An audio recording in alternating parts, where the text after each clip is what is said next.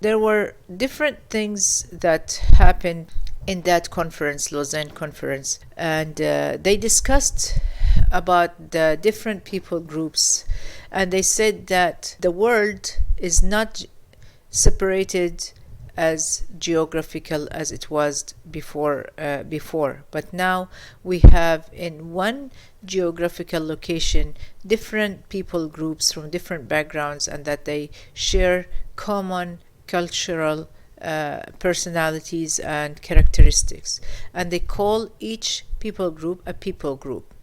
And the first one to talk about this was Ralph Winter, who dropped his bomb at the Lausanne Conference in 1974 when he presented his evangelical methodology and encouraged people to give special care to the specific geographical regions by focusing on the society groups. He said that we shouldn't look at the society as one coherent element, but we should be looking inside the society to the individuals that have similar characteristics and attributes, and to divide them into groups, making the process of reaching them easier. He called these groups people groups. Subhanallah.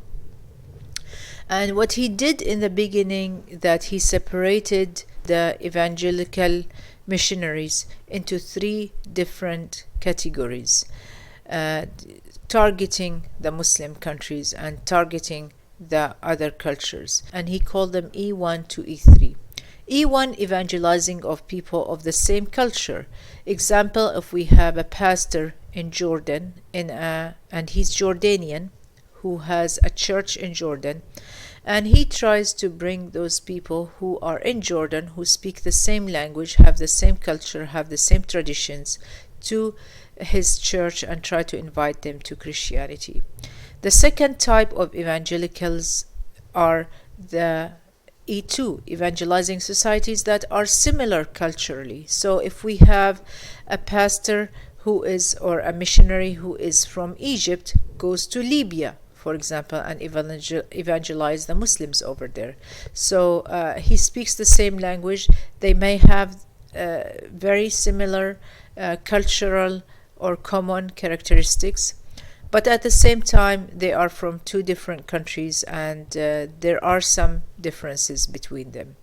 The E3, which is the least favorable and the least recommended, evangelizing cultures that are distant. For example, American missionaries goes to Africa and evangelizing people, or for example, people from South Korea coming to Morocco and evangelizing over there. Subhanallah. So there are different types of evangelical missionaries, and the most recommended one is the first one, is to have the missionary from the same culture and from the same place, from the same location.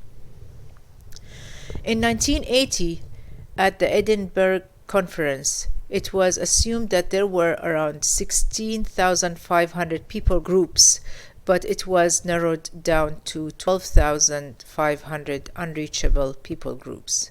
And I'm saying unreachable not because they cannot be touched or talked to, but because, for example, the missionaries did not reach to that culture. They did not study it. They don't have a lot of reports about it.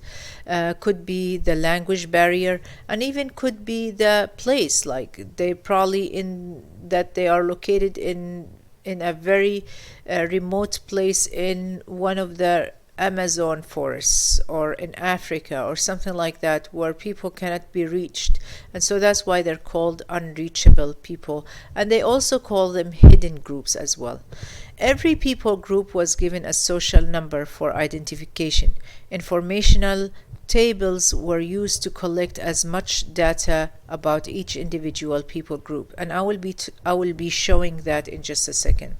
These data collections were later uploaded on special websites so the Christian missionaries could benefit from them as helpful resources.